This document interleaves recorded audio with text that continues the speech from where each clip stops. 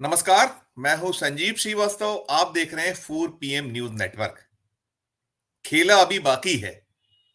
बिहार के पूर्व उप मुख्यमंत्री और राष्ट्रीय जनता दल यूनाइटेड के नेता तेजस्वी यादव ने जो कहा था कि खेला अभी बाकी है, खेला बाकी तो नहीं, खेला अब तेज है। वो जब खेल करेंगे तब करेंगे, लेकिन फिलहाल ईडी पूरी तबियत से खेल कर रही है। उसने तेजस्वी यादव से आज पूछताछ के लिए उन्हें बुलाया हुआ है। पूछताछ चल रही है और पूछताछ के साथ साथ वो ईडी दफ्तर के बाहर भी पूरा का पूरा कुनबा पार्टी का उनके जुड़ा हुआ है। और साथ साथ देश के कुछ अन्य राज्यों में भी जो 400 पार का नारा है, उस नारे के तहत खेल अभी और भी राज्यों में चल रहा है। बिहार में सूचना यह है, खासकर पटना से सूचना आ रही है कि अब कुछ जो राजनीतिक सरगर्मी है, राजनीतिक सरगर्मी के चलते कुछ ठंड कम हुई है। ठंड भले ही कम हुई है, लेकिन राजनीतिक सरगर्मी पूरे उफान पर है। और जो खेला अभी बाकी है, अभी उसकी गूंज की अनुगूंज हर तरफ है। और साथ साथ ये बिल्कुल तय है कि जो पटना में चल रहा है, बिहार में चल रहा है, देश भर की निगाह उस पर है। क्या कुछ इसके बाद आगे ये राजनीतिक जो तस्वीर है, क्या इसकी आगे रंग होगा, क्या ये करवट बदलेगी, कैसा इसके आगे निहितार्थ निकलेंगे, अर्थ निकलेंगे, वो सब देखने वाली बात होगी। लेकिन फिलहाल जो लालू यादव और उनका परिवार, उनका दल पूरी ताकत से मैदान में है, सामना कर रहा है, मुकाबला चल रहा है। और इन मुकाबले के साथ साथ जो 400 पार के लिए भारतीय जनता पार्टी और उसके जो रणनीतिकार, उसके जो मुखिया हैं, वो लगे हुए हैं पूरी ताकत के साथ में। कहा यह भी जा रहा है, चर्चा ये भी है कि इससे भी और जो ये तस्वीर है देश के, जो जैसा भी है कि झारखंड से कुछ तस्वीर निकल के आ रही है, उधर वहां के मुख्यमंत्री को ईडी ने घेरा हुआ। और मुझे वो याद आता है जब पूर्व उप मुख्यमंत्री तेजस्वी यादव ने सदन में कहा था कि बीजेपी या जो उसकी केंद्र की सरकार है, उसके 3 दामाद हैं और 3 दामादों में उन्होंने ईडी, सीबीआई और इनकम टैक्स का नाम लिया था। तो एक दामाद ने अभी फिलहाल मोर्चा संभाला हुआ है। तो आज हम इसी विषय पर चर्चा करने जा रहे हैं और हमारे साथ एक खास पैनल है, खास मेहमान हमारे साथ जुड़ रहे हैं। हमारे साथ राजनीतिक विश्लेषक प्रोफेसर अखिल स्वामी जी हैं। साथ में हमारे जुड़ गए हैं महेंद्र सिंह जी, जुड़े हुए हैं, वरिष्ठ पत्रकार हैं। और हमारे फिलहाल अभी पटना के जो बिहार के हमारे जो स्थानीय संपादक हैं अभिषेक मिश्रा जी जुड़े हुए, और साथ साथ संजीव चंदन जी भी हमारे साथ जुड़ गए हैं, और कुछ मेहमान और भी जुड़ेंगे। हम शुरुआत करेंगे अखिल स्वामी साहब से। अखिल जी, ये जो पूरी की पूरी पिक्चर बनी है, तस्वीर बनी है, और जो अभी जिस तरीके से आज तेजस्वी यादव को उठाया गया है, कल लालू प्रसाद यादव जी से पूछताछ हुई, कैसे इसको देखते हैं? क्या कुछ इसमें आगे कैसी स्थितियां बनने की संभावनाएं नजर आती हैं? अखिल जी। देखिए संजय जी, मुझे तो ऐसा लगता है कि मोदी जी के कुछ सलाहकार ऐसे हैं जो नहीं चाहते कि एनडीए 2024 का चुनाव जीते। जैसे इंदिरा जी के समय में वीसी शुक्ला थे और 4 लोग थे, ओम मेहता थे, जो ऐसी राय दे रहे थे इंदिरा जी को जिससे इंदिरा जी 1977 का चुनाव हार जाएं। आज के तारीख में मोदी जी के शायद कुछ ऐसे ब्यूरोक्रेट्स हैं या ऐसे लोग हैं जो कि, जैसे आपने देखा शीर्ष पद में जो भी बड़े अधिकारी बैठे हैं वो 3-3 4-4 एक्सटेंशन ले रहे हैं, लोगों को प्रमोशन नहीं मिल रहे हैं। ऐसे लोगों ने मोदी जी को घेर लिया है जो कि चाहते हैं कि 2024 का चुनाव मोदी जी हार जाएं। इसमें उनके बड़े निकट सहयोगी जो हैं, जिनको वो अपना खासम खास समझते हैं, वो भी इस प्रकार की राय दे रहे हैं।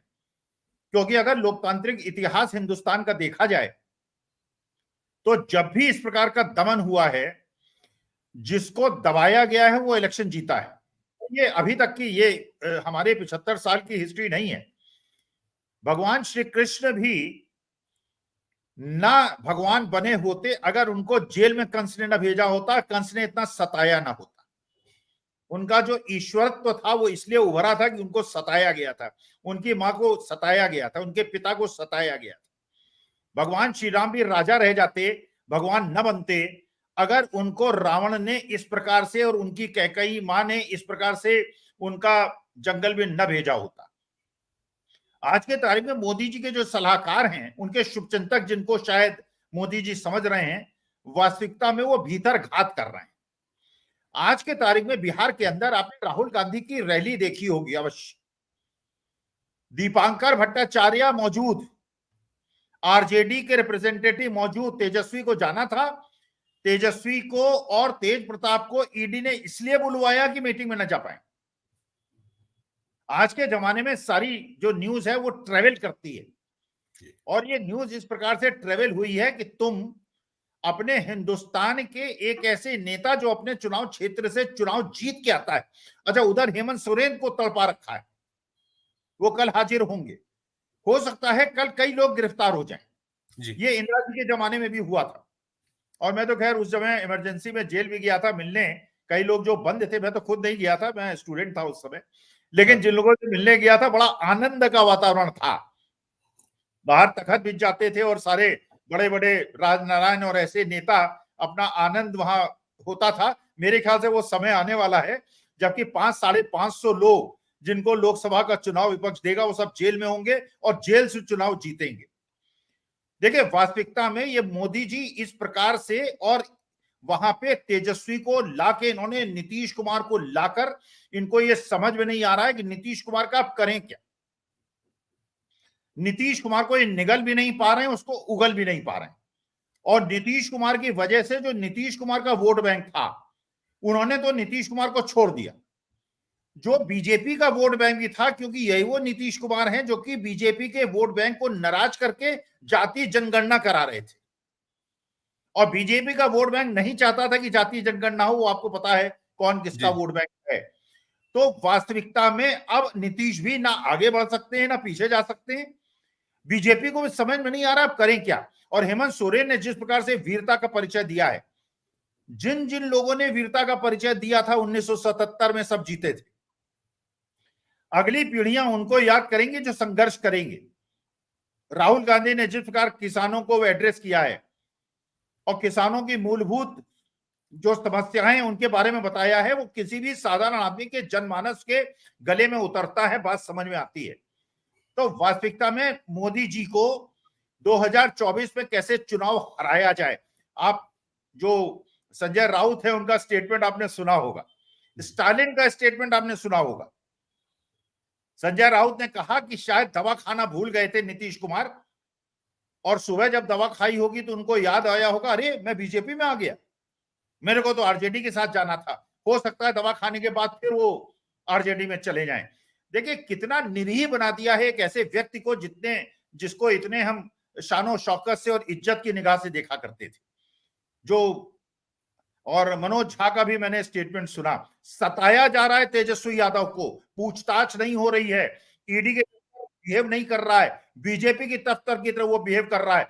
चंडीगढ़ में आपने देखा किस प्रकार से पीठासीन अधिकारी अपने हाथ से 7 वोटों को इनवैलिड करके बीजेपी को जिता रहा है। एक बीजेपी में एक निखत अब्बास है, आपने उनका देखा होगा वीडियो, उनका ट्वीट, भगवान मान की प्रेस भगवान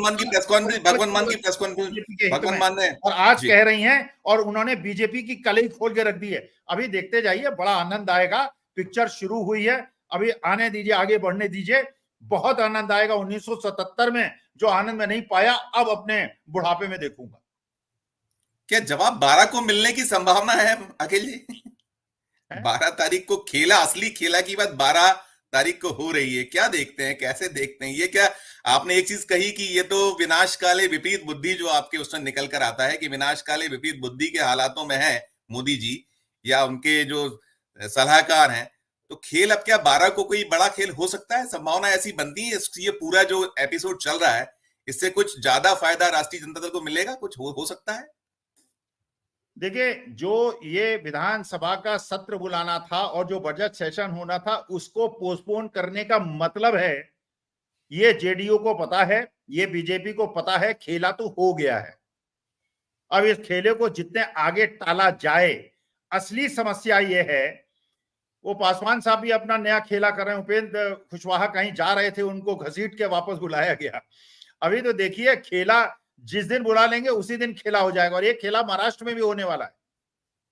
चंडीगढ़ में जो उन्होंने किया, अपने को एक्सपोज किया है, लेकिन या तो खुलेआम गुंडाई होगी, खुलेआम होगी, बंदूकों की नोक पे वोट टलवाए जाएंगे, वोटों को बदला जाएगा, नहीं किसी की बात सुनी जाएगी, या तो वो समय आएगा जो 77 में भी हमने नहीं देखा था। लेकिन अगर थोड़ी भी लोक मर्यादाएं बची होंगी, लोक मर्यादाओं की खैर बात करना 2024 में मेरे ख्याल से उचित नहीं है। ये गोडसे के पुजारी, ये महात्मा गांधी के सिद्धांतों को और भारतीय सनातनी मूल्यों को क्या समझेंगे। लेकिन मुझे ऐसा लगता है देश दोराहे पे खड़ा है, या तो भविष्य उज्जवल है या हम गड्ढे की तरफ जा रहे हैं, या हम गड्ढे की तरफ। संजीव जी कैसे इस पूरे आज जो चल रहा है बिहार और साथ में अन्य राज्य, क्या देखते हैं, कैसे देखते हैं, कितनी नीचे तक जाएगी अब बीजेपी, मोदी, उनके लोग, और जो ईडी या जो जिस तरीके का दुरुपयोग संस्थाओं का अब तो पराकाष्ठा हो रही है कहा जा रहा है। क्या आपकी प्रतिक्रिया है संजीव? माइक अनम्यूट कर लीजिए। बिल्कुल सर, और जो शासन का इकबाल होता है, वो इकबाल तो खास करके है नहीं, डर जरूर है लोगों में। लेकिन वो डर नेताओं ने अब तय कर लिया है कि उस डर को उनको कैरी नहीं करना है। और इसका उदाहरण हम देख रहे हैं कि किस तरीके से ये फेस कर रहे हैं ईडी के तमाम सम्मन्स को अरविंद केजरीवाल। और ये 10वां सम्मन है इनके लिए, ये हेमंत सोरेन के लिए, और अब यहाँ तेजस्वी और लालू प्रसाद। दरअसल इस बार जो ये लोग टकरा रहे हैं वो लालू प्रसाद से टकरा रहे हैं। और आज तक बिना टूटे, बिना झुके, सांप्रदायिकता के खिलाफ कोई एक नाम है, कोई एक क्रूसेडर है तो वो लालू प्रसाद। हमने उनके संसदीय भाषण छापे हैं जब वो जेल में थे, और उसमें एक बड़ी अच्छी बात उसके फ्लैप पे एक विचारक ने लिखा कि आने वाली सदियां जो वंचित समुदाय है, जो वंचित समूह है भारत का, वो लालू प्रसाद को हमेशा याद रखेंगे। और आने वाली सदियों में जो वर्चस्वशाली जमातें हैं वो लालू प्रसाद को कभी माफ नहीं करेंगी। भारतीय जनता पार्टी जो है वो मूलतः वर्चस्वशाली जमातों को ही रिप्रेजेंट करता, ये हम सब आप जानते हैं। और उसका एक मजा अब नीतीश जी को चखने को मिल रहा है। जाति गणना, कल एक सवाल था कि जाति गणना का श्रेय किसे मिलेगा। निश्चित तौर पे जाति गणना राष्ट्रीय जनता दल और तेजस्वी ने अपनी जो भूमिका निभाई थी, जिस तरीके से सर्वदलीय बैठक के लिए, सर्वदलीय डेलीगेशन के लिए प्रेरित किया था, तो तेजस्वी को जाएगा और तेजस्वी क्लेम करने की स्थिति में है। लेकिन जाति गणना अब नीतीश जी क्लेम नहीं कर सकते, क्योंकि उनके साथ जो लोग हैं वो जाति गणना के विरोधी हैं, और उनके ही जो स्यूडो एलिमेंट्स होते हैं सोसाइटी में, सपोर्टर्स होते हैं, सॉरी मतलब स्यूडो नहीं कहेंगे, मतलब छिपे हुए, तो वो सब कोर्ट में इसको चुनौती दे रहे हैं। अभिषेक जी आपको बताएंगे, ऐसा कभी नहीं हुआ है कि 8 लोगों को आपने शपथ दिला दी, पहली कैबिनेट कर ली, पहले कैबिनेट के बाद भी 24 घंटे गुजर चुके, 1 घंटे बैठ गए आप दोनों अपने उप मुख्यमंत्रियों के साथ, लेकिन पोर्टफोलियो नहीं दे सके। वो जो पगड़ी बंधी है ना, जिसको अयोध्या में समर्पित करना है सम्राट जी को, वो अभी खुली नहीं है सर। और इन पर दबाव है गृह मंत्रालय का, और जब गृह मंत्रालय होगा भारतीय जनता पार्टी के पास, तो हम आप जानते हैं कि पुलिस का कैसा इस्तेमाल हो रहा है, आईएएस का कैसा इस्तेमाल हो रहा है। उन्होंने कहा है अपने विधायकों के बीच में काफी आक्रामक अंदाज में कि हम देखेंगे, क्योंकि 1 दिन 2 दिन पहले ही पलटने के पहले यहाँ ट्रांसफर हो गए थे, आईएएस ट्रांसफर हुए थे 40 या कुछ संख्या बताएं। तो उन्होंने कहा था कि हम देखेंगे कि किसको सचिव बनाया जा रहा है और किसकी कहाँ पोस्टिंग हो रही है।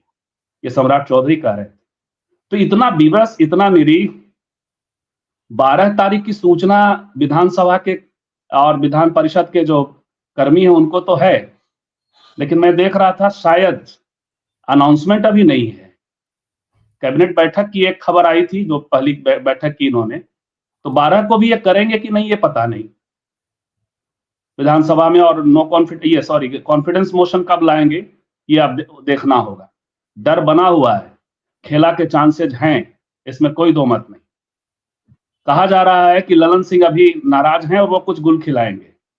टूटेगा तो जदयू के भीतर टूट होगी, और जदयू के भीतर टूट होगी तो सावधान तो रहना पड़ेगा भारतीय जनता पार्टी को भी। तो ये सब यहाँ हो रहा है, और ये एक तरह से भारतीय जनता पार्टी को, जो हाँ ये लो लेवल तो है, लो लेवल हम लोग देख रहे हैं, इससे बड़ा लो लेवल क्या हो सकता है? बार बार दोहराते हैं उसको कि दिल्ली की सड़कों पर सरेआम 4 लोगों को पीटा गया और कहा गया कि वंदे मातरम बोलो, लगभग हत्या ही हो गई, लेकिन आज तक वो 4 पुलिस वाले अरेस्ट नहीं हो पाए, और दिल्ली पुलिस में वो काम भी कर रहे हैं। क्या है ये? इससे ज्यादा लो लेवल क्या हो सकता है? तो जनता के खिलाफ है। नेताओं के बीच में संघर्ष होते रहते हैं। एक न्यू नॉर्मल आया है, अरुण जेटली का ये टर्म था, एक न्यू नॉर्मल आया है सर कि आप ईडी सीबीआई कर दें, लेकिन नेताओं के संघर्ष होते भी रहे, लेकिन जनता के खिलाफ कहीं भी इकबाल का जो प्रसंग है, और नेताओं के साथ भी हम देखते हैं, जैसे लालू जी के भाषण की किताब की मैंने बात की, तो जगन्नाथ मिश्रा से उनके बड़े संसद के, बल्कि लालू जी की छवि बड़ा पूरे सदन में, कुछ लोग उनको मस्खरा कह देते थे, बाहर जगन्नाथ मिश्रा ने भी कभी कहा, लेकिन बड़ा चुटीले अंदाज में और सदन में उनकी उपस्थिति होती थी, वह लालू से लेकर के। और जगन्नाथ मिश्रा से तीखे संवाद हैं, उन्हीं जगन्नाथ मिश्रा से उनके बेहद अच्छे रिश्ते, बेहद अच्छे रिश्ते। तो ये लालू प्रसाद, ऐसा और भी राजीव गांधी के हम लोग जानते हैं कि कैसे अटल जी को इलाज कराने के लिए राजीव गांधी ने विदेश भेजा। तो ये रिश्ते हुआ करते थे। मुझे ये समझ में नहीं आ रहा है कि अमित शाह जी और नरेंद्र मोदी जी को इतना आत्मविश्वास कहां से है कि वो सत्ता से जब हटेंगे तो उनके साथ क्या होगा। कोई तो एक रिश्ता होता है। एक किडनी अब उनके पास है, और वो भी डोनेटेड किडनी है उनका। आप देख रहे हैं, जो सीन देख रहे हैं, चेहरा देख रहे हैं, आप तंग कर रहे हैं। तो अब देखिए, बारी है तेजस्वी की आगे आने वाले दिनों में। नीतीश जी का तो अब यही अंतिम खेल था, चाहे उसकी एक्सपायरी डेट लिखी जा चुकी है। अभिषेक जी का ही मैं अक्सर ले लिया करता हूं। पिछली बार उन्होंने कहा कि ये जो सरकार बनी एक्सपायरी डेट के साथ बनी, मुहर, मैंने कहा कि मुहर जो है तो मुहर लगनी है, लेकिन तेजस्वी एक बार फिर से अपनी चमक वापस ले रहे हैं।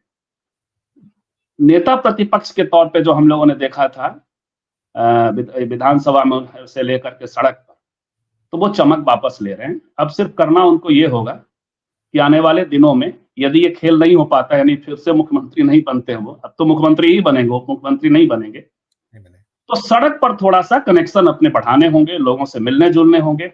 लालू जी का जो अपना मैन टू मैन कनेक्शन रहा करता रहा, आज भी लालू जी दरबार करते हैं। तेजस्वी थोड़ा असेसिबल नहीं रह जाते हैं जब सत्ता में जाते हैं, तो इससे थोड़ा सा करके, और मुझे लगता है आने वाले दिनों में तेजस्वी बिहार के नेता होने वाले हैं। अब तक उन्होंने, संजीव जी, जो अभी तक जो उनका मूव रहे हैं, बहुत ही संजीदगी के साथ में, उन्होंने कोई बहुत अधीरता नहीं दिखाई है, बहुत सलीके से चल रहे हैं। तो ये इस सब को देख के भी कहीं ये जो एक थोड़ी सी जो उनको परेशान करने वाली जो परेशानी पैदा कर रहे हैं, वो खिसियाहट भी कहीं है, कहीं कोई उसकी घबराहट भी है कि ये कहीं फाउल नहीं कर रहे हैं, उनको फाउल करने के लिए मजबूर करने जैसा भी दृश्य है क्या संजीव? लगातार किया, पलटने के पहले, आखिरी तौर पर पलटने के पहले आपने देखा कि 3 मंत्रियों का विभाग बदल दिया गया। तो ये हो तो रहा है, लेकिन जिस तरीके से सरकार जाने के बाद तेजस्वी का स्टेटमेंट सामने आया, बहुत ही आदर पूर्वक नीतीश जी के लिए और फिर आगे की संघर्ष के लिए, तो तेजस्वी विरोधी लोग भी उनकी प्रशंसा कर रहे हैं। बल्कि एक तो हमारे साथी कल हम बैठे थे, नीतीश जी के बेहद समर्थक हैं और मजबूर समर्थक, मजबूर इन द सेंस के सिस्टम में, तो वो भी आप ये कह रहे हैं कि भाई ये तो गलत हुआ, ये पलटना वैसे पलटने जैसा नहीं है। और तेजस्वी बेहद मैच्योर लीडर की तरह दिखाई पड़ रहे थे। इसीलिए मैंने कहा नेता प्रतिपक्ष भी तब भी उनकी मैच्योरिटी तब बन रही थी, उभर रही थी, और हम सब देख रहे थे, हम लोग लिखते पढ़ते थे कि तेजस्वी शानदार जा रहे हैं। तो फिर से उसी रंग राव में आए हैं, थैंक्स टू नीतीश जी कि उन्होंने एक बार और मौका तेजस्वी को 2024 में मूलतः मोदी जी से टकराने के पहले फिर से एक तेवर दे दिया। फिर से एक तेवर। बहन जी, क्या पूरे दृश्य पे जो हालात हैं उस पर, और क्या भय पैदा करने के लिए सब कुछ हो रहा है? जैसा बिहार था, अब झारखंड हो गया, कि जो भी इस तरीके के विरोधी दल हैं जो चाहे मोदी के खिलाफ हो या बीजेपी के खिलाफ हो, एनडीए के खिलाफ हो, उनके रोकने का एक कुचक्र सा दिखता है कि आप इस तरीके से कार्रवाइयां कीजिए और भय पैदा हो। क्या कहेंगे आप पूरे प्रकरण पर और इस पर सवाल? अनम्यूट कर लीजिएगा, माइक अनम्यूट कर लीजिए। संजीव जी, भय से ज्यादा जो भी बिहार में आज हो रहा है, पटना में, भय से ज्यादा उसमें राजनीति है। आप देखिए, और मैं मानता हूं कि इंडिया अलायंस से नीतीश का अलग होना निश्चित रूप से और भी कई कारण रहे होंगे, लेकिन एक प्रमुख कारण था, ये मेरी व्यक्तिगत राय है, एक प्रमुख कारण था जिस तरीके से तेजस्वी यादव की एक छवि एक मैच्योर पॉलिटिशियन के रूप में बन रही थी। खासकर जो आप देखिए कि जो आरजेडी के पास जो विभाग थे, खासकर शिक्षा, और उन्होंने रोजगार देने की बात कही थी जब नीतीश कुमार के साथ उन्होंने सरकार बनाई थी, तो और दिया करीब 2 लाख से ज्यादा शिक्षकों की भर्ती अपने आप में। और पहली बार ऐसा लगा कि बिना किसी भ्रष्टाचार के, बिना किसी जो है इतनी बड़ी नियुक्ति कराना, इतनी बड़ी संख्या में शिक्षकों की, अपने आप में निश्चित रूप से जो है ये एक तेजस्वी यादव की जो पर्सनालिटी थी, पॉलिटिकल पर्सनालिटी, जो पॉलिटिकल इमेज थी, वो उसमें कहीं न कहीं वृद्धि थी। तो मैं मानता हूं, हो सकता है और भी कारण रहे होंगे नीतीश कुमार के आरजेडी छोड़ने के, लेकिन ये भी एक प्रमुख कारण था कि वो बिहार जो उनकी मुख्य राजनीतिक भूमि है, उससे अलग नहीं होना चाह रहे थे, उससे वहां वो कमजोर नहीं दिखना चाह रहे थे। और दूसरी जो महत्वपूर्ण बात थी वो ये थी कि अब खासकर तेजस्वी यादव के नेतृत्व में जो आरजेडी है, राष्ट्रीय जनता दल है, वो लालू यादव के आरजेडी से बहुत भिन्न है। और इस बार के कार्यकाल में आप देखें, शुरू के कुछ दिनों में कुछ घटनाएं हुई, खासकर आरजेडी को, लालू को कटघरे में खड़ा किया जाता है कानून व्यवस्था को लेकर, और जो जंगल राज का जो दाग उन पे चिपका हुआ है, तो वो घटनाएं शुरू के कुछ महीनों में आई, लेकिन उसके बाद से भी वो घटनाएं भी आना बंद नहीं हुई। तो मैं ये मानता हूं कि भय पैदा करने से ज्यादा ये एक राजनीतिक रणनीति के तहत जो हो रहा है बिहार में, और ये कोशिश की जा रही है कि जो भ्रष्टाचार की, जो वंशवाद की का लेबल जो आरजेडी के ऊपर चिपका हुआ है, जो कानून व्यवस्था से जुड़ा हुआ जो नकारात्मक जो है पहलू जुड़ा हुआ है, उससे उनको उभरने न दिया जाए। मेरा सवाल उसमें यह था कि जो दूसरे राज्यों में जो इस तरीके के कहीं जिन पर कुछ दाग हैं, पुराने मसले जिनके खिलाफ हैं, मामले हैं, अब जैसे ये भी मामला है, ये तो लगभग क्लोजिंग पे था, ये जो रेलवे से जुड़ा मामला खोला गया है, ना इसमें कोई रेलवे की ओर से शिकायत है, ना कोई नौकरी पाने वालों ने शिकायत की है, तो ये तो सुमोटो खोला गया मसला मामला था और अब ये खत्म होने की स्थिति में था। तो एक तो इसको पैदा किया, लेकिन इसके जरिए अन्य राज्यों में जो ऐसे नेता हैं जो जिनसे कहीं परेशानी बीजेपी या उसके दलों को, मोदी और अमित शाह को हो सकती है, तो उनमें ये भय पैदा किया जाए कि आप खामोश बैठ जाइए, वो मेरा सवाल था। जी, मेरी आवाज आ रही? बिल्कुल आ रही। जी हाँ, जी आ रही है। लगता है महन जी से संपर्क टूट गया। अखिल जी, इस पे आपका मैं नजरिया चाहूंगा कि ये दूसरे राज्यों के नेताओं को कहीं जो परेशान करने की स्थिति में है या एनडीए का रथ रोकने की स्थिति में है, मोदी का रथ रोकने की स्थिति में, उनको उनमें भय पैदा हो, जो भी कार्रवाइयां चल रही, चाहे बिहार हो चाहे झारखंड हो, कि एक संदेश जाए। देखिए संजीव जी, क्या आपने किसी बहुत बड़े नेता को ऐसा देखा है जो बिना जेल गए हुए बड़ा नेता बन गया हो? देखिए, ये तो हमारे देश का इतिहास है। बिना त्याग के आप नेता और आपको कोई बड़ा व्यक्ति नहीं मानेगा। देखिए, इस समय देश जो है दोराहे पे खड़ा है जी। कुछ लोग ऐसे हैं जो झुक जाएंगे।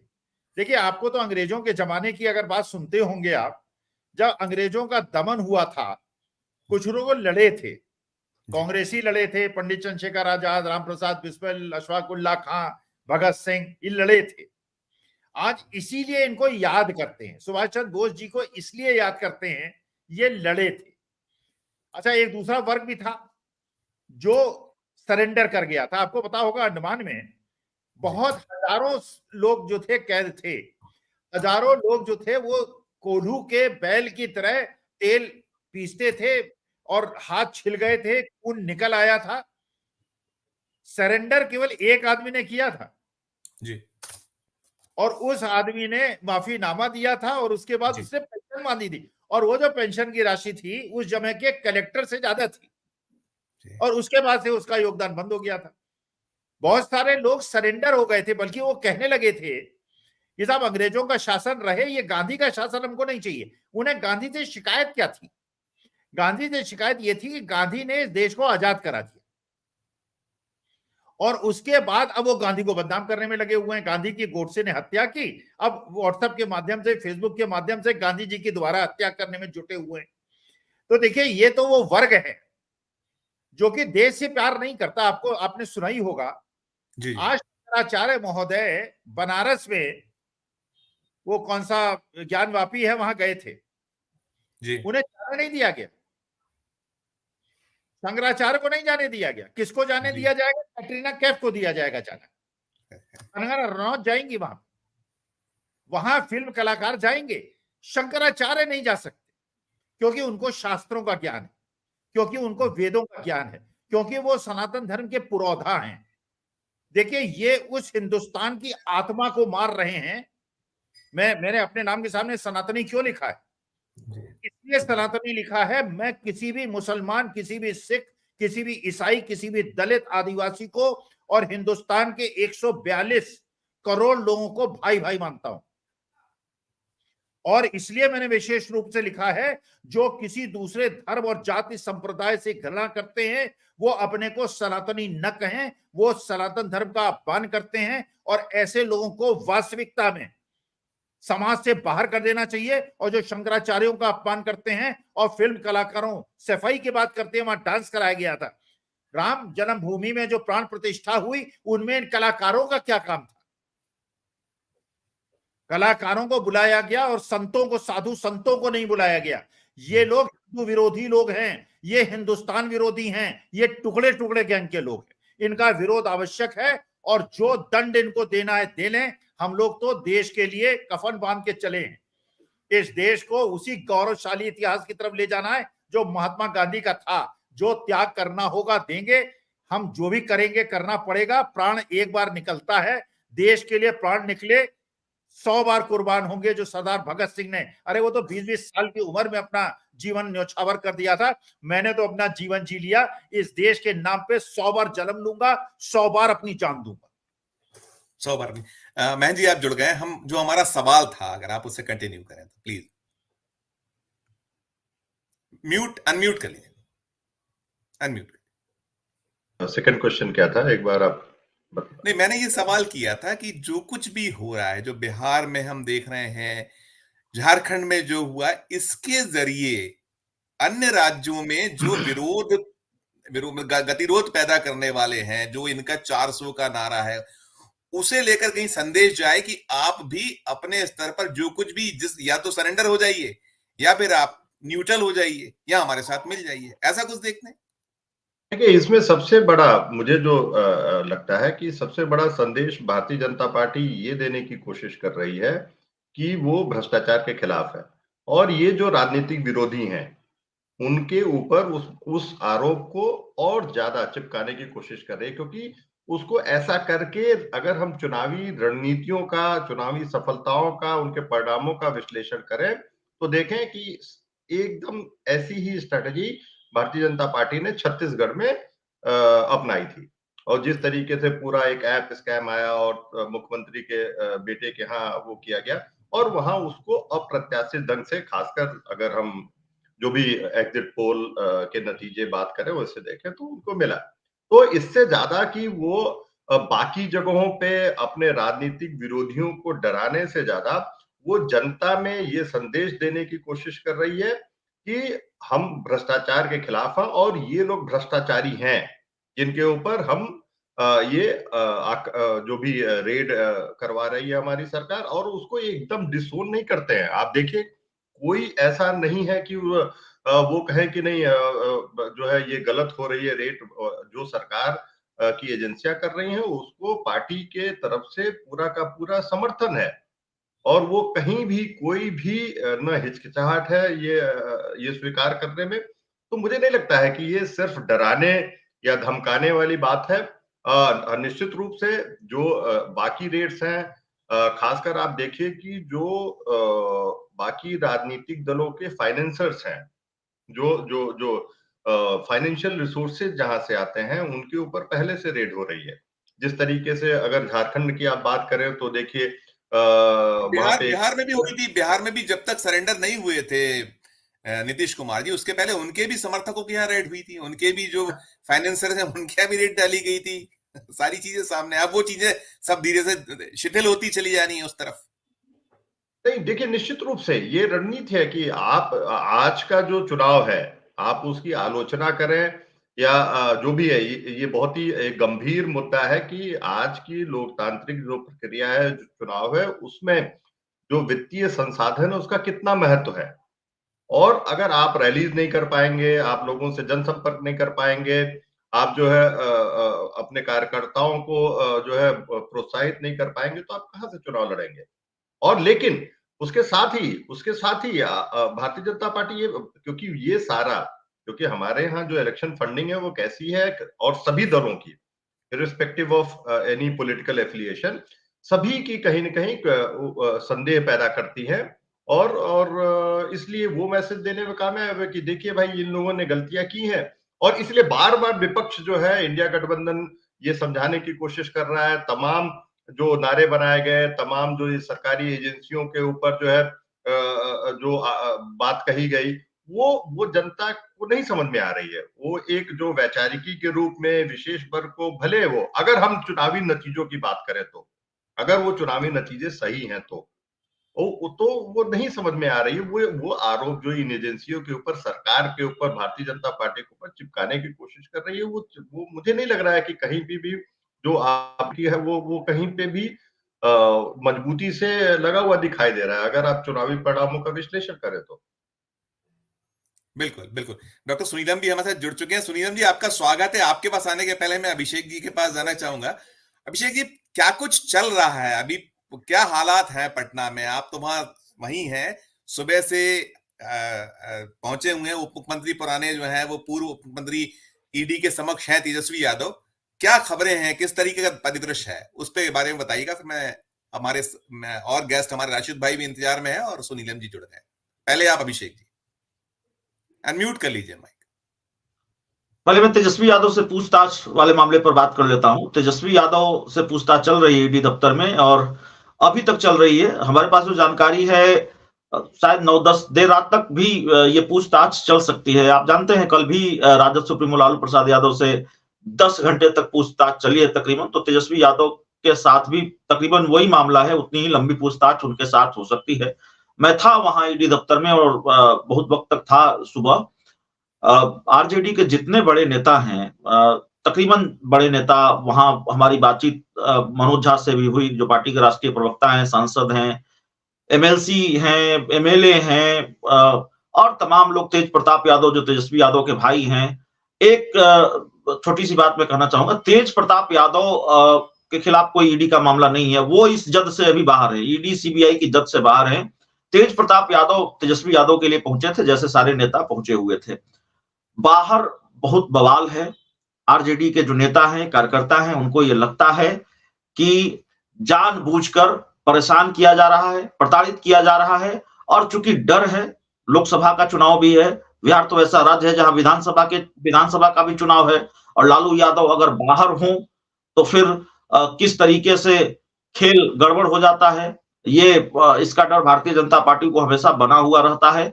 और एक बात जो बहुत महत्वपूर्ण कही सर ने, कि क्या कारण है, सरकार बन गई, 8 मंत्रियों ने शपथ ले ली, और आप कैबिनेट का विस्तार नहीं कर पा रहे हैं। आमतौर पर तो होता नहीं, पहले हमने नहीं देखा है, बहुत कम होता है ऐसा, और जब होता है तो जाहिर तौर पर बहुत सारी दिक्कतें होती हैं।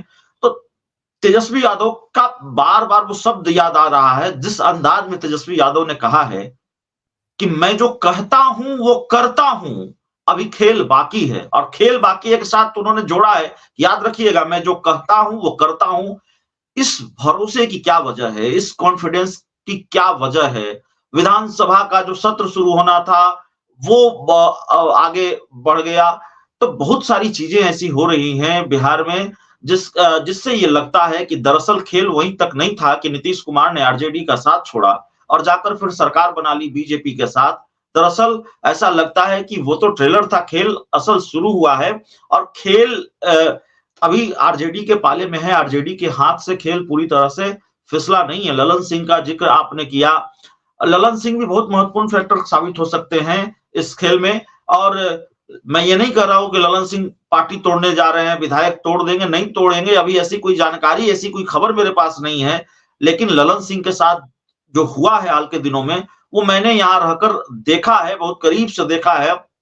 ललन सिंह कह रहे हैं कि हमको चुनाव लड़ना था मुंगेर का, इसीलिए हमने नीतीश कुमार से आग्रह किया था इस्तीफे का। दरअसल ऐसा है नहीं। अगर आपने आग्रह किया था नीतीश कुमार से इस्तीफे का कि मुझे चुनाव लड़ना है और मुझे मुक्त कर दीजिए, क्या आपने यह भी आग्रह किया था कि पार्टी के जो जितने पोस्टर बैनर है सबसे मेरी तस्वीर भी हटा दीजिएगा, हमको अपनी तस्वीर नहीं चाहिए? जेडीयू दफ्तर के बाहर बहुत सजाया संवारा गया था जेडीयू दफ्तर को, और जेडीयू दफ्तर के बाहर एक तरफ नीतीश कुमार की तस्वीर थी, एक तरफ ललन सिंह की तस्वीर थी। उनकी तस्वीर को नुचवा दिया गया, जो बिहार की भाषा में हम कहते हैं, हटा दिया गया, नुचवा दिया गया। अभी एक तरफ नीतीश कुमार की तस्वीर है, दूसरी तरफ कोई तस्वीर नहीं है। वो बहुत बदरंग वो मुख्य द्वार दिख रहा है, लेकिन उससे कोई दिक्कत नहीं है, ललन सिंह की तस्वीर नहीं होनी चाहिए। तो ये सब क्या ललन सिंह ने भी आग्रह किया होगा कि नहीं, आप हमारी तस्वीर भी हटवा दीजिए जेडीयू दफ्तर से? अगर हमने ये खेल पहले न होते हुए देखा होता जेडीयू में, तो फिर बात कुछ और थी। हमने ये खेल होते हुए देखा है, कैसे उपेंद्र कुशवाहा की तस्वीरें हटा दी गई, उपेंद्र कुशवाहा पोस्टर बैनर से गायब होने लगे और फिर पार्टी से ही चलता कर दिए गए। उससे पहले आरसीपी सिंह की तस्वीर जेडीयू दफ्तर से गायब हो गई। खैर, ये सारी बातें हम पहले भी कर चुके हैं। तो देखिए, खेल की गुंजाइश तो है, और तेजस्वी यादव अगर बहुत भरोसे के साथ कह रहे हैं तो जरूर कोई ना कोई खेल होगा।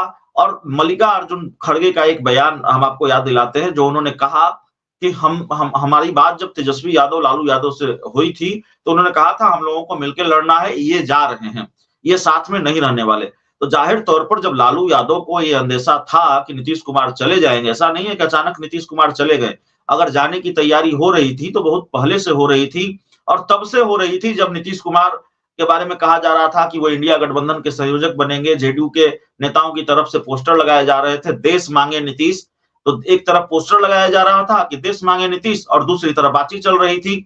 प्रशांत किशोर से आप सहमत हो सकते हैं, असहमत हो सकते हैं, लेकिन प्रशांत किशोर ने जो बातें कही वो तो सही साबित हुई। उन्होंने कहा कि देखिए, नीतीश कुमार ने एक चैनल खोल रखा है राज्यसभा के जो उपसभापति हैं हरिवंश के जरिए, और नीतीश कुमार पाला बदल, तमाम तरह की बातें जो कह रहे थे प्रशांत किशोर ने ये कहा। हालिया बयान है उनका, 10 दिन पहले का बयान है। उन्होंने कहा कि अगर नीतीश कुमार आरजेडी के साथ रहेंगे तो वो 5 सीट भी नहीं जीत पाएंगे। अब उनके इस तर्क में कितना दम है ये मैं नहीं जानता, लेकिन क्या नीतीश कुमार को यह भी डर था? तो बहुत सारी चीजें हैं जिसकी नीतीश कुमार ने पाला बदल लिया है। और फिर मैं सम्राट चौधरी के बयान का उस जिक्र करूंगा, क्योंकि मैं ईमानदारी से बताऊं सर, अभी जब हम पटना की सड़कों पर निकल रहा हूं, बहुत अजीब लग रहा है जो बयान आ रहे हैं, बहुत बदलाव नजर आ गया। अचानक फिजा बदल गई है, कहां किसके पोस्टर में किसकी तस्वीर, किसका बयान कौन? सम्राट चौधरी कह रहे हैं मेरी उत्पत्ति नीतीश कुमार को मुख्यमंत्री बनाने के लिए हुई है। ये सोचा नहीं जा सकता था कि सम्राट चौधरी ऐसा कहेंगे। मुझे लगता था कोई बीच का रास्ता निकाल लेंगे अगर नीतीश कुमार आज भी जाएंगे, लेकिन ऐसे बयान कि मेरी उत्पत्ति नीतीश कुमार को मुख्यमंत्री बनाने के लिए हुई है। और फिर चिराग पासवान के पोस्टरों में नीतीश कुमार की तस्वीर, ऊपर चिराग पासवान। तो ये सारी चीजें हैं। खैर, खेल की बात हो रही है तो देखिए 12 फरवरी या उसके बाद की तस्वीर साफ हो जाएगी, खेल होगा। और जो विषय है इस डिबेट का कि तेजस्वी यादव क्या अकेले भारी पड़ जाएंगे एनडीए पर, तो वो तो तस्वीर तब साफ होगी जब चुनाव के परिणाम आएंगे। लेकिन तेजस्वी यादव अभी भारी पड़ते हुए तो दिखाई दे रहे हैं। तेजस्वी यादव ने एक लकीर खींच दी, एक साहस किया कि रोजगार को मुद्दा बनाने का। और ये बड़ा फायदेमंद मुद्दा है, इसका बड़ा प्रभाव है बिहार की राजनीति में। जिस तरीके से क्रेडिट नीतीश कुमार लेना चाहें ले लें, लेकिन मिलेगा नहीं, ये क्रेडिट तेजस्वी यादव को ही जाएगा। तेजस्वी यादव ने ही कहा था कि मैं पहली कलम से 10 लाख लोगों को रोजगार दूंगा, और तब नीतीश कुमार ने कहा था ये संभव नहीं है, लेकिन 15 महीने में तकरीबन 3 लाख लोगों को तो रोजगार दिया।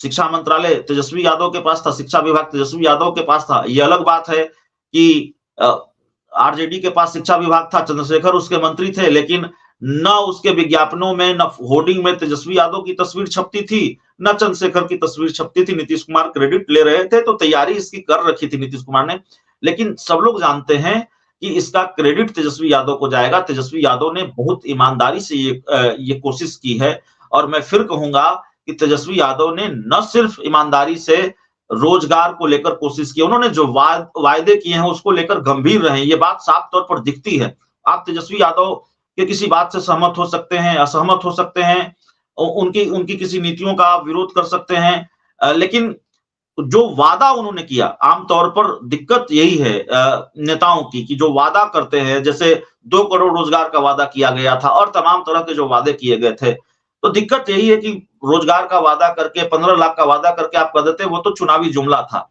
तो यहाँ चुनावी जुमला नहीं था, यहाँ बहुत गंभीर कोशिश हो रही थी, यहाँ बहुत गंभीरता से। और बिहार जैसे राज्य में, बिहार में किस तरह की दिक्कतें हैं, आर्थिक दिक्कतें हैं, बहुत सारी दिक्कतें हैं, और उस राज्य में आरोप यह भी है कि केंद्र सरकार का सहयोग भी नहीं मिल पाता है कई बार, और ये आरोप नीतीश कुमार भी लगाते रहे हैं और आरजेडी भी लगाती रही है जो सरकार में शामिल थी। लेकिन उस स्थिति और परिस्थिति के बीच 3 लाख लोगों को रोजगार देना 15 महीने में, 15-17 महीने में, ये अपने आप में बहुत असाधारण बात है। और सबसे बड़ी बात होती है नीयत की। नीयत अच्छी थी और वो दिखाई दे रही थी कि नीयत अच्छी है। तेजस्वी यादव जब अस्पतालों में जा रहे थे तो लगातार एक चीज और आपसे अभिषेक जी, बस छोटी सी टिप्पणी और चाहूंगा कि भी कांग्रेस खेमे में क्या चल रहा है, फिर उसके बाद मैं अगले अपने राशिद भाई और सुनीलम जी के पास आऊंगा, क्या चल रहा है। और अभी राहुल गांधी की यात्रा, छोटी सी एक टिप्पणी कि उनके यहाँ क्या स्थिति है, जो अभी ताजा हालात क्या है कांग्रेस की।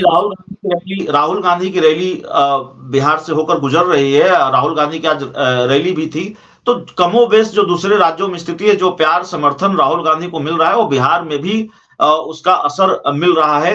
लेकिन कांग्रेस पर एक संकट अभी जो है, जो जानकारी हमारे पास है, अगर कोई चमत्कार हो जाए या उस संकट से कांग्रेस अपने आप को उबारने में कामयाब रहे तो अच्छी बात होगी।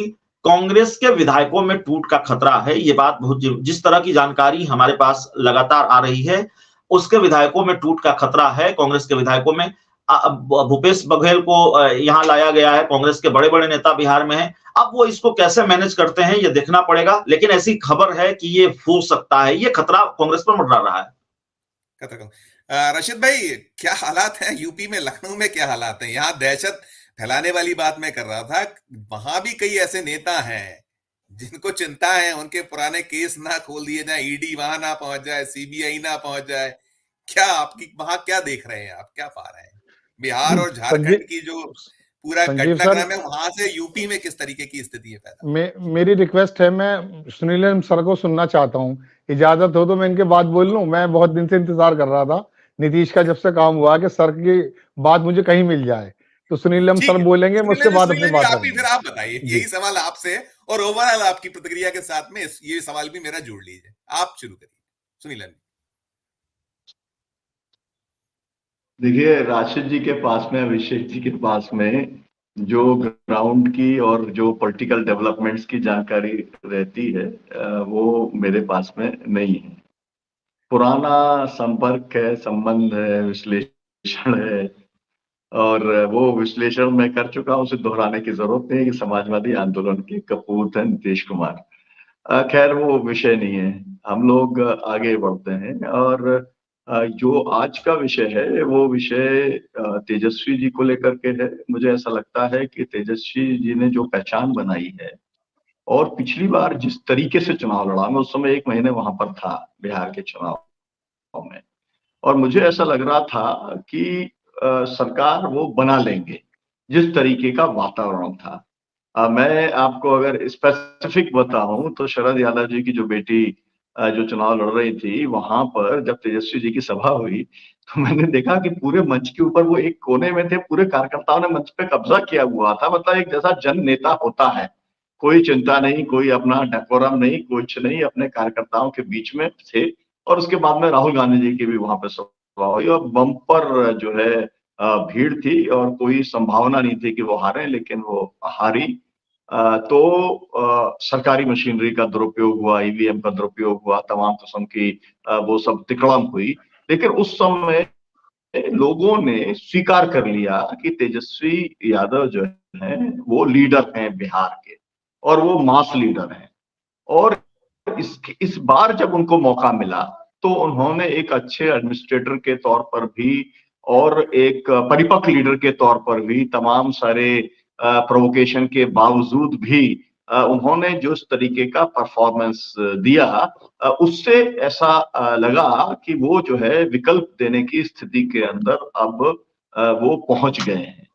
तो मुझे ऐसा लगता है कि अगर ये गलती कर दी, अगर कहीं भारतीय जनता पार्टी ने उनको जेल में पहुंचा दिया, तो जैसा रिवाइवल अचानक इंदिरा गांधी का हुआ था कि मतलब नामो निशान नहीं था उनका, और अचानक उन्होंने जनता पार्टी को हरा करके फिर उसके बाद में सरकार बना ली थी। मैं ये कहूंगा कि अगर ये गलती कर दी कहीं पर, और इसीलिए शायद अभी तक गलती भारतीय जनता पार्टी नहीं कर रही है, केंद्र सरकार नहीं कर रही है, एजेंसीज नहीं कर रही है, क्योंकि उनको भी इस बात की बहुत ज्यादा संभावना है कि एक किस्म की क्लीन स्वीप हो जाएगी। और दिल्ली का पूरा जो समीकरण है, वो समीकरण जो है अगर एक साथ एक मुश्त जो है भाजपा के खिलाफ में और नीतीश जो है उनके खिलाफ में अगर यहाँ पर मैंडेट आ जाता है लोकसभा के अंदर, तो फिर पूरे उनकी जो इक्वेशन है वही पूरी पलट जाएगी। केवल यही आशंका है, नहीं तो जो है वही एजेंसी है, वो तो आपको मालूम है स्क्रिप्ट जो है अमित शाह लिखते हैं, तीनों एजेंसियां उसको इम्प्लीमेंट करने का काम करती हैं।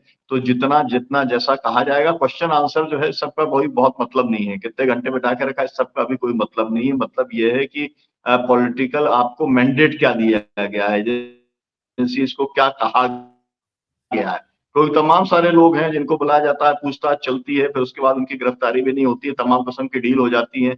ये सब अब एजेंसीज के चरित्र को पूरा देश अच्छे तरीके से जान गया है। तो मुझको ऐसा लगता है कि तेजस्वी जो है इस समय आने वाले चुनाव के लिए मोस्ट प्रॉमिसिंग लीडर हैं, और अगर ये कहा जाए कि वो दी लीडर के तौर पर वहां पर उभरेंगे। अगर जो है अगर वो एक नॉर्मल सिचुएशन होती, और नॉर्मल सिचुएशन में जैसे लालू यादव कांग्रेस के साथ खड़े रहे और कांग्रेस उनके साथ खड़ी रही, ये कहना पड़ेगा ऑल सेड एंड डन, हमारे तमाम सारे रिजर्वेशंस के बावजूद, है ना, दोनों के प्रति। लेकिन जो एक कमिटमेंट है उसके अंदर, इस यात्रा के अंदर अगर तेजस्वी होते तो 4 चांद लग जाते, इसमें कहीं कोई शक की बात नहीं है। और बहुत ही अभी जिस तरीके का रिस्पांस मिल रहा है उससे कई गुना ज्यादा रिस्पांस होता अगर तेजस्वी उनके साथ में अगर वो चलते। लेकिन एक इम्पैक्ट तो है ही यात्रा का, और वो इम्पैक्ट हम लोगों ने जब भारत जोड़ो यात्रा चली थी तब भी देश के अंदर हम लोगों ने देखा था, और अभी जो चल रही है जिस तरीके का नॉर्थ ईस्ट का जो पूरा अनुभव आया है, उसके बाद उससे भी पता चलता है कि वो तो एक पॉजिटिव रिस्पॉन्स है ही। और जो जो मोमेंटम गेन होता चला जाएगा, जो जो यात्रा आगे बढ़ेगी, वो मोमेंटम लगातार वो गेन करती चली जाएगी।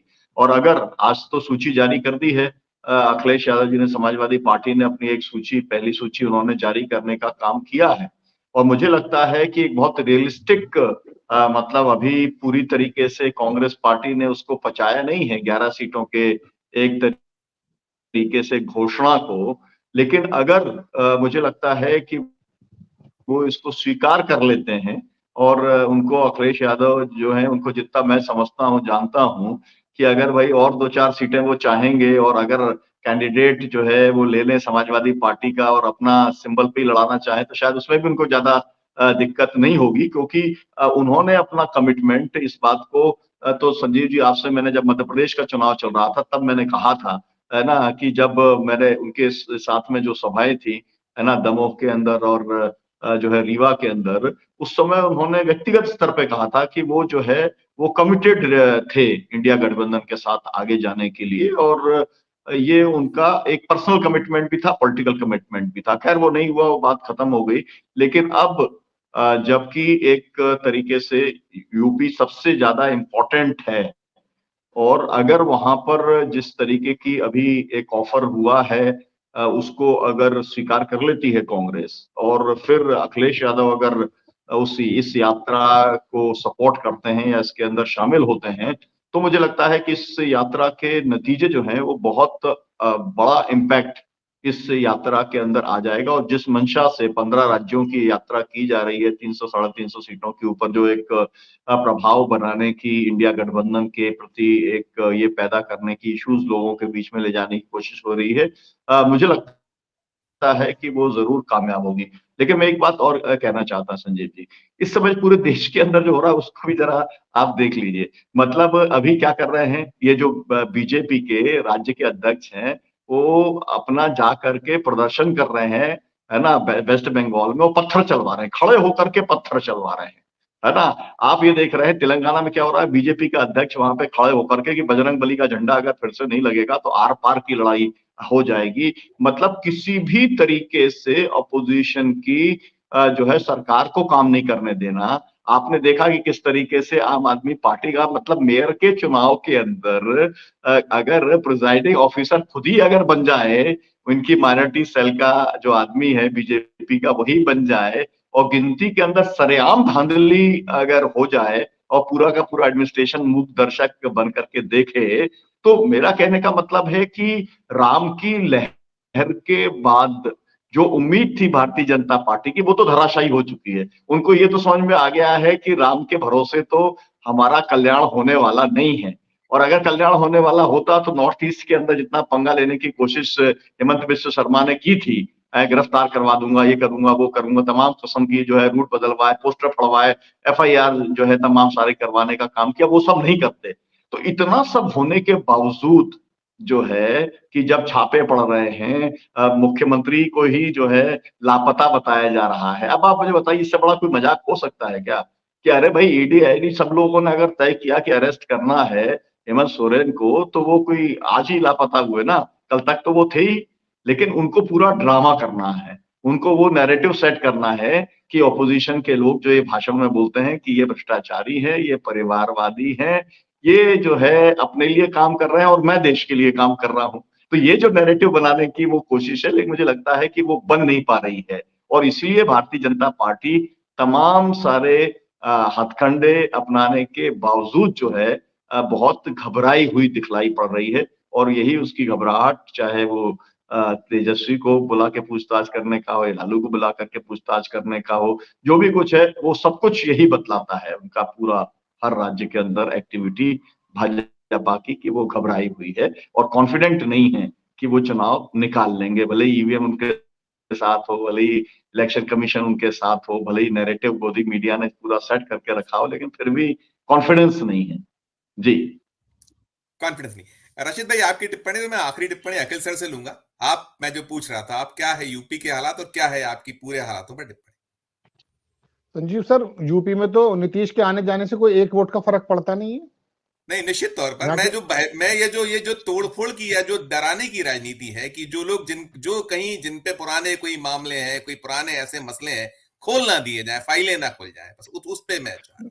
नहीं तो वो मायावती के बारे में थी, वो भी चैप्टर पुराना हो गया। मायावती चुपचाप इंडिपेंडेंट लड़ रही हैं, उनके बारे में छह में गोलियां हो रही थी कि उनको डराया गया है, बताया गया है, वो भी पुरानी बात हो गई। वो तो डराने का काम तो पूरे देश को चल ही रहा है। जो भी विपक्ष के नेता हैं, जो बेचारे एनजीओ से जुड़े हुए हैं, उनको किस प्रकार से डराया जा रहा है, पत्रकारों को डराया जा रहा है। ये तो आपका मेरा सर का कलेजा है। ये हमारे सीनियर बैठे हैं, इनको देखकर हम थोड़े से पोषित हो जाते हैं, जो हम भी इनकी तरह बोलने लगते हैं, वरना डराने की बात तो है। मैं असल में 1.5 मिनट में कुछ कहना चाहता था, प्लीज इजाजत हो तो वो मैं कह देता हूं। मैं असल में जब इतना कंटेंट इकट्ठा हो जाता है तो गोदी मीडिया और जेपी के समय की जो राजनीति है, इन दोनों को हम जिक्र तो जरूर करें, लेकिन इतना करें जितना जरूरत है। ना तो वो नेता हैं पहले, ना वो वोटर हैं, दोनों ही बदले हुए हैं। अमित शाह जैसा गृह मंत्री कहता कि दरवाजे बंद, और उन्होंने दरवाजे खोल दिए। तो क्या आप बताएंगे पुराने नेता की बात के? बाबू जगजीवन राम से तुलना करेंगे?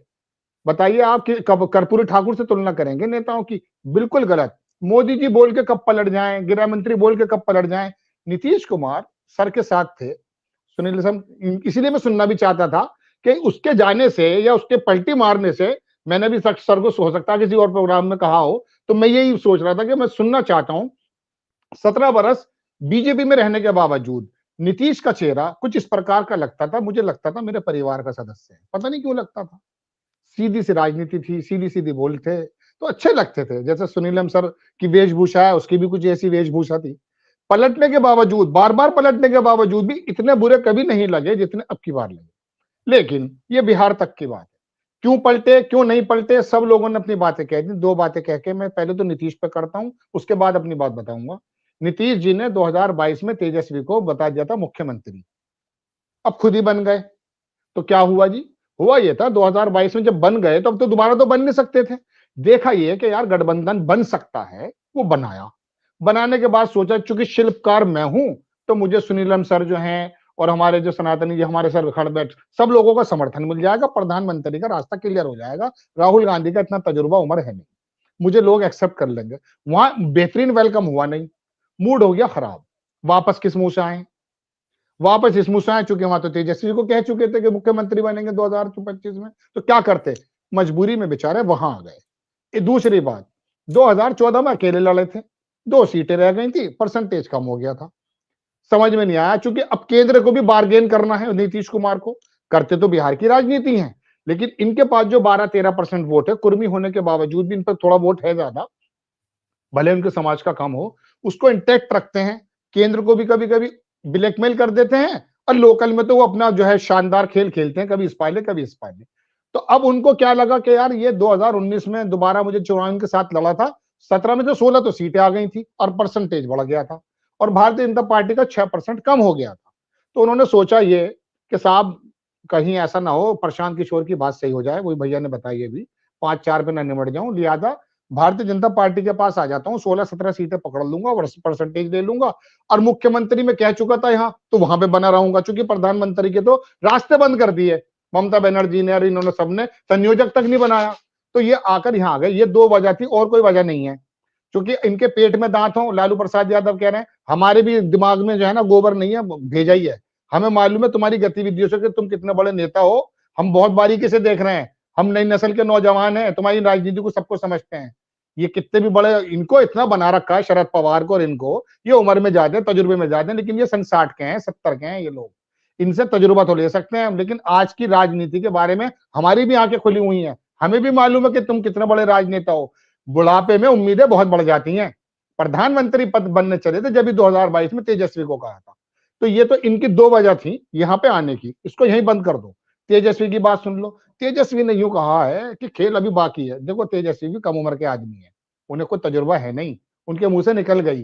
वो तो लालू प्रसाद ने ये कह दिया होगा उनसे कि जरा जबान को चलाना कम, इनका जो वोट है थोड़ा सा नाराज है इस पलटी से, उसका फायदा ले लेंगे, लिहाजा नीतीश पर डायरेक्ट गाली गलौच मत करना, क्योंकि अभी तो वो विलन बने हुए हैं, थोड़ी देर के लिए बने हुए हैं, ज्यादा टाइम के लिए नहीं।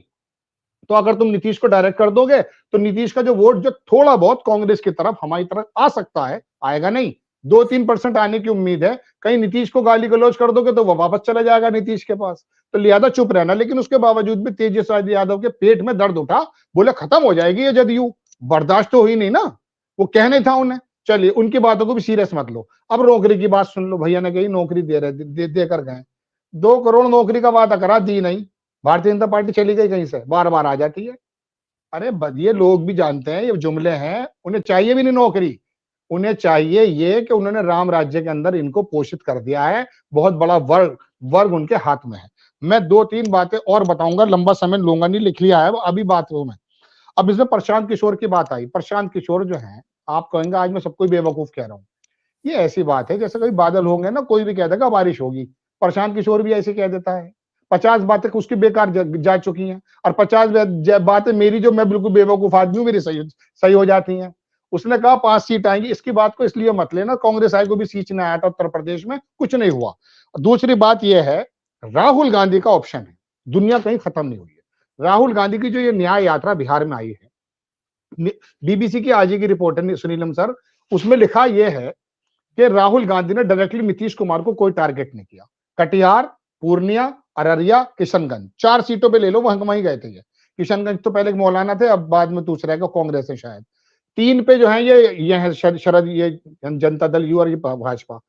इसके अंदर 47% तो मुस्लिम है। और जनाब अमन, पूरे बिहार की अगर मैं बात करूं, 36% वहां महापिछड़ा है और 23% वहां पे ओबीसी है। महापिछड़ा जो वोट है वो सारा का सारा जाता बीजेपी को, वो लालू प्रसाद को या नहीं जाता। 23% जो ओबीसी वोट है, महापिछड़े से थोड़ा ऊपर वाला जो पिछड़ा है, वो जाता लालू प्रसाद जी को। ये रिकॉर्ड है पिछले 4-5 इलेक्शन का। तो मैं अर्ज ये कर रहा था कि राहुल गांधी, बशर्ते तेजस्वी यादव अपने आप को अखिलेश यादव ना समझ रहे हो, कांग्रेस को जरा 10-5 की जगह 15-20-25 सीटें दे दे वहां पे जहां पे जनता दल का कैंडिडेट नहीं है, भारतीय जनता पार्टी का कैंडिडेट होगा।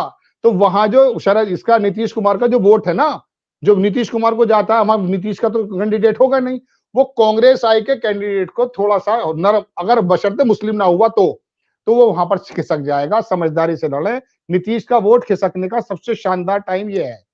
एक तो उनकी थोड़ी पलटी वाली, थोड़ी दिन की बात है वो, और दूसरी बात, कांग्रेस के कैंडिडेट अगर लड़ गए तो देखिए मुस्लिम, ओबीसी, ऊपर वाला ओबीसी, और तुम्हारा जो है यादव, ये और नीतीश का वोट, ये कांग्रेस के 10-15 सीटों पर अगर वो लड़ गए अच्छी तरीके से, तो यहां पर बिहार के अंदर नीतीश कुमार को नीतीश के ही दाव से चित किया जा सकता है।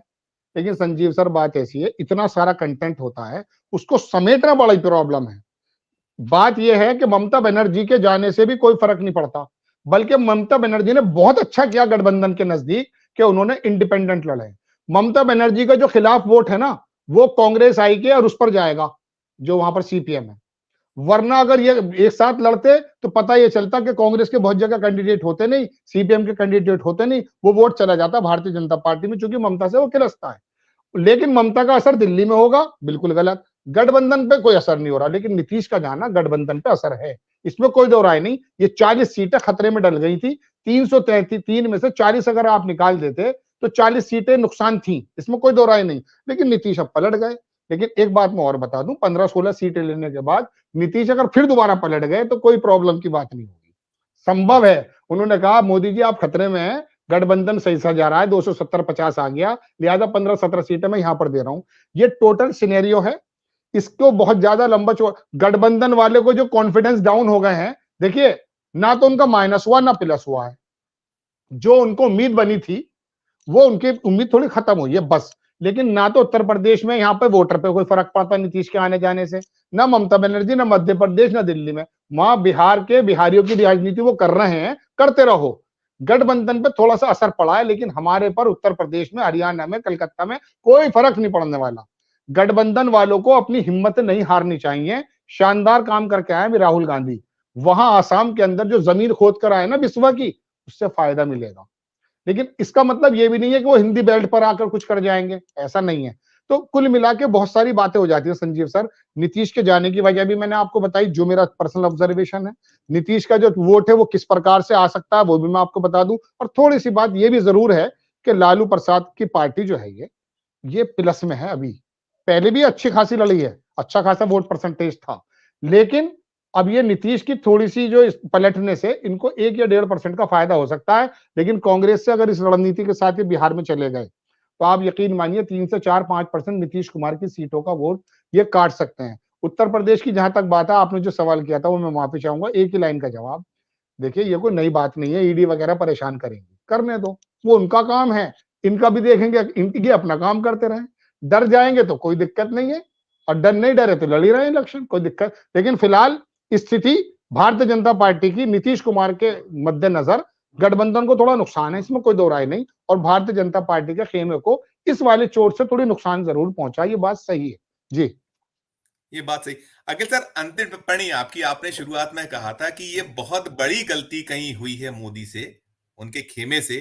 अब इसको सुधार कैसे, इसका आखिरी अभी फिलहाल में ये रफू हो जाए मामला, उसको लेकर आप क्या देख रहे हैं? कैसे रफू करेगी ये बीजेपी या मोदी, कैसे इसको रफू कर सकते हैं? अंतिम टिप्पणी।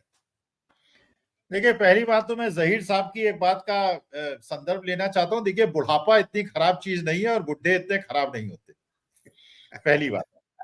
देखिए, दूसरी बात यह है, मुझे ऐसा लगता है जो मोदी जी ने एक बहुत बड़ी गलती कर दी है जी। और इसको अभी जहीर साहब समझ नहीं रहे हैं। देखिए, अभी तक जो सफाई के बारे में ये कहते थे, वही कार्यक्रम इन्होंने राम जन्मभूमि में कर दिया है। जो कट्टर सनातनी हैं, जो शुद्ध सनातनी हैं, वो बहुत ज्यादा आहत हैं, और वही इनके इन्फ्लुएंसर्स हैं, वही इनके वोट बैंक को क्रिएट करने वाले हैं, और उन्हीं को इन्होंने हट कर दिया। शंकराचार्य जी जिस प्रकार से सक्रिय हुए हैं, और आप अगर जानते हैं, चारों शंकराचार्य की करोड़ों की फॉलोइंग है। अगर आप शंकराचार्यों के जीवन चर्चा, उनका जो पूरी जीवन यात्रा है, किस प्रकार शंकराचार्य बनते हैं, कैसा जीवन जीते हैं, दिन में एक बार खाना खाते हैं, भिक्षा में खाना खाते हैं, और शास्त्रों और वेदों के ज्ञाता हैं। सफाई बना दिया वहां पे फिल्म कलाकारों को बुला के। इससे हिंदू जनमानस, जो इनका सॉलिड वोट बैंक था, वो डिवाइड हो गया है। इस चीज को इग्नोर मत कीजिए अभी सब। इसीलिए 22 तारीख के कार्यक्रम को ये डाउन प्ले कर रहे हैं। जो 22 तारीख का कार्यक्रम इन्होंने स्ट्रॉन्ग विकेट पे सोचा था कि ये कार्य करेगा, इसलिए नैरेटिव को चेंज कर रहे हैं। 22 तारीख का कार्यक्रम, और जिस प्रकार से ज्ञानवापी के अंदर शंकराचार्य को रोका गया है, और शंकराचार्य जब अयोध्या में गए थे, अयोध्या के बड़े बड़े संत उनको रिसीव करने आए थे। आप नहीं समझ रहे हैं, अभी तक ये छेड़ते थे उस वोट बैंक को जिसको पाकिस्तान भेजने की बात करते थे। अब जिनको हिंदुस्तान में रहने की बात कर रहे थे, उनको छोड़ दिया है। ये वर्टिकल डिवाइड बीजेपी को खा जाएगी। ये वर्टिकल डिवाइड बीजेपी को खा जाएगी। आप सभी का इस चर्चा में शामिल होने के लिए बहुत बहुत शुक्रिया, बहुत बहुत आभार। आपने हमारे लिए समय निकाला। तो ये थी आज की हमारी चर्चा, जिसमें साफ निकल कर आया है कि भारतीय जनता पार्टी से एक बड़ी गलती हुई है। मोदी और उनकी टीम से एक बड़ी गलती कहीं हो गई है, और ये गलती जो बिहार की गलती है, बिहार में इसमें पार्टी को फायदे की जगह नुकसान की संभावनाएं बहुत ज्यादा है। और फिलहाल तो जो तेजस्वी यादव हैं, वो सब पर भारी पड़ते नजर आ रहे हैं। इस चर्चा में फिलहाल इतना ही। हम फिर किसी नई चर्चा के साथ आपके समक्ष उपस्थित होंगे। हमारे इस चैनल को देखते रहिए, इसे हमारे चैनल को सब्सक्राइब कीजिए, इसे लाइक कीजिए। खासकर हमारे जो राज्यों के चैनल हैं, राजस्थान, मध्य प्रदेश, बिहार, महाराष्ट्र, इनको जरूर आप लाइक कीजिए, सब्सक्राइब कीजिए, और देखते रहिए 4 PM न्यूज नेटवर्क। धन्यवाद, नमस्कार।